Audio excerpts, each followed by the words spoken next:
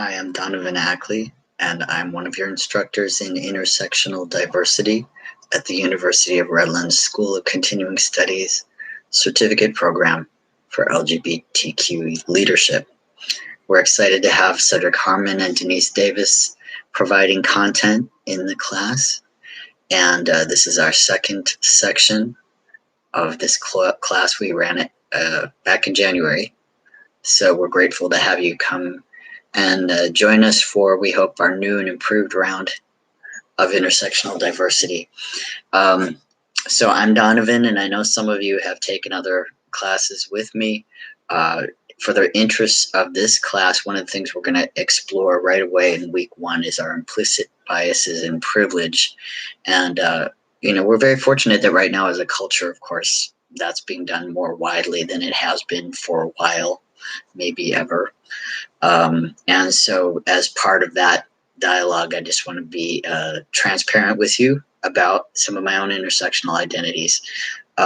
So most relevant to this course, I'm a person who has an intersex condition. I do identify, not everybody with an intersex condition identifies with that as being something that's part of their gender identity or sexual orientation. But in my case, that affects my gender identity, and it also affects my sexual orientation in a way. So I'm intersex, and that's how I describe myself. I'm trans. I was, as an intersex person, I was a little bit ambiguous when I was born, but I was assigned female. And so I lived as female. So, one of those terms, AFAB, assigned female at birth, that's another identity term I would be willing to use. It's not the first thing I mention about myself because it overwhelms people sometimes, but yeah, so I'm AFAB, and another term that some people use is FTM, female to male. I don't fully identify with that because as an intersex person, I try to be really open and transparent with people that I'm kind of non-binary biologically. I'm grateful that I got to have the female experience, the biologically female, someone with a uterus, having ovaries and things like that. I was able to give birth to and nurse 2 children. There was a lot of effort that went into that in terms of hormone therapies that made that possible, but I did get to have that experience, and that's not something in that sense. Of course, the trans male experience can totally include birthing and nursing. And I deal a lot with people who aren't trans that don't get that. So I don't know. I just don't experience my life at any point to have been really binary, except when I was trying to appease other people or make it easy for them. So in that sense, I feel I don't use the term non-binary to describe myself, but at this, because I don't want to co-opt that experience, I do experience myself to be more on the masculine side. So, that's saying, we're talking about biases and privilege in this class. So I have male passing privilege among those who don't know me. I'm super open about being trans and intersex, and it's really easy to find. If you Google my name, it comes up in any time I am looking for a job or, any trying to date somebody. I was a little notorious for a while when I came out.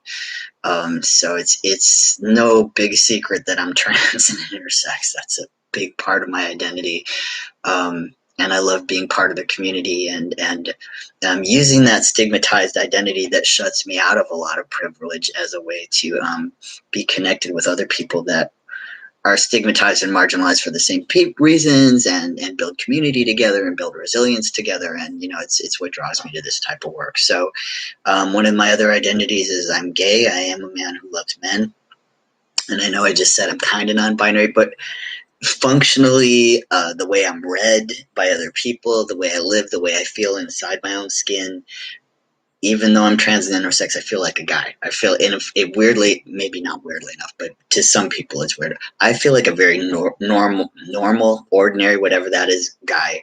So I guess that means, part of that is a privilege, of course, because I pass when I'm out and about and people don't know me. So, I know that term normal or that ordinary, it means I don't get hassled. So I want to be transparent about that, and I know we'll probably unpack that, if not in this class, in some other classes. What else should I say about that?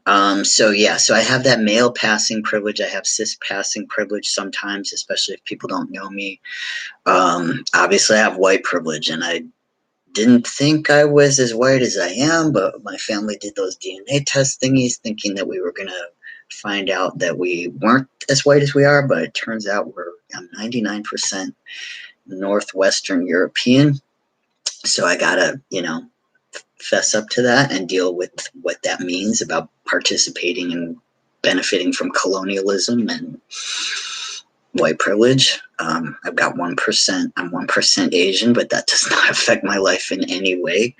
And it would seem disingenuous, if not disrespectful, to make too much of that, given that I don't experience any kind of racism firsthand, other than the kind that, internalizing white privilege, internalizing white supremacy. That's something I'm really mindful of.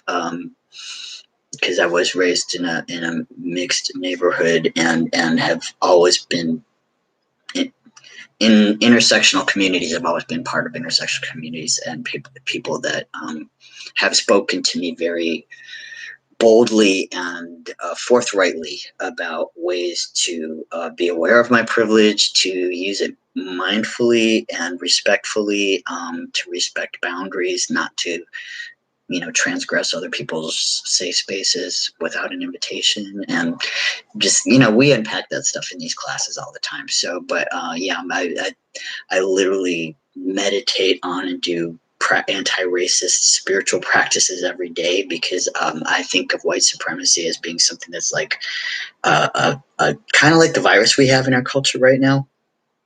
Like, I'm a carrier because I'm white. I didn't make it. I didn't seek out to get it, but it affects my life. I carry it. I try to be mindful of that and not spread it or let it infect my relationships and people any more than it has to. So for me, that takes active, I've been told and taught and learned that takes active awareness, just like it does with not spreading the virus in the pandemic. I have to really work at that every day. So I do. What other intersectional stuff? Disability stuff. Before I was diagnosed as trans, because the mental health community in the United States thought that being trans was a mental illness until 2013. I was diagnosed with all kinds of mental illnesses. And I'm not trying to over-identify with other people's experience on that, but I lived that. I believed that was true. I had no reason to think otherwise. There was never any time that any medical doctor or psychologist, therapist, anybody gave me any other option except you're a mentally ill woman with an abnormal body. So I believed that, because that was the 100% consensus of the experts. That being the case, I got very active in peer support groups for people with mental health diagnoses. I was involved in an organization called National Alliance for the Mentally Ill. I was involved in Depression and Bipolar Support Alliance, peer support organizations. I took on leadership roles in those. Was just very, very active in the disability rights community, particularly to break down stigma for mental health issues. And as a result of things that happened to me when I came out, along with things that happened in my childhood that I don't know if that's going to be relevant to any of these classes, I have a diagnosis of CPTSD. The reason I'm bringing that up is I've had the privilege of having several of the students in this certificate program share with me that some of you too live with invisible disabilities. CPTSD does affect my life. I have to be mindful of it. I have to navigate life carefully and mindfully and use a lot of different tools to stay well and be able to do work and to be able to be a parent and all those good things. So, again, I don't want to over-identify with anybody else's experience. I'm just sharing a little bit about myself, because I definitely know I look just like a conventional white man. Well, maybe I don't look that conventional, but I have male privilege and I have white privilege, and those are things I always have to be mindful of. Male privilege came to me very late in life. People didn't generally see me as male until I was about 50.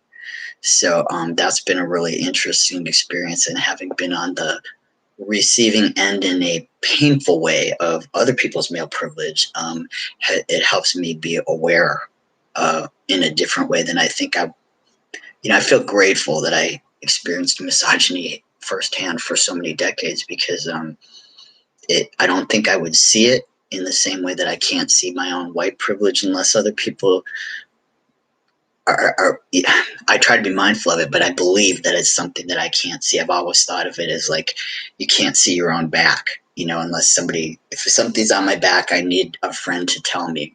I can't see it myself. So I think of privilege being like that, and male privilege is one that, since I didn't have it, um, it's a little easier for me to see without help. Um, so there's ones that would say cis passing privilege and heterosexual privilege are things I didn't know I had until I lost them. So privilege and bias. I really look forward to learning from you all, because I know you bring a lot of collective wisdom on those issues. And I'm not going to post an introduction video in the intro, the discussion on the intros, because I've gone on a long time here. But anyway, I'm kind of trying to catch up with you, because I haven't shared a lot of this in our other classes, and hopefully we can make a little bit of a fresh start and dig even deeper. Okay, talk to you later. Bye.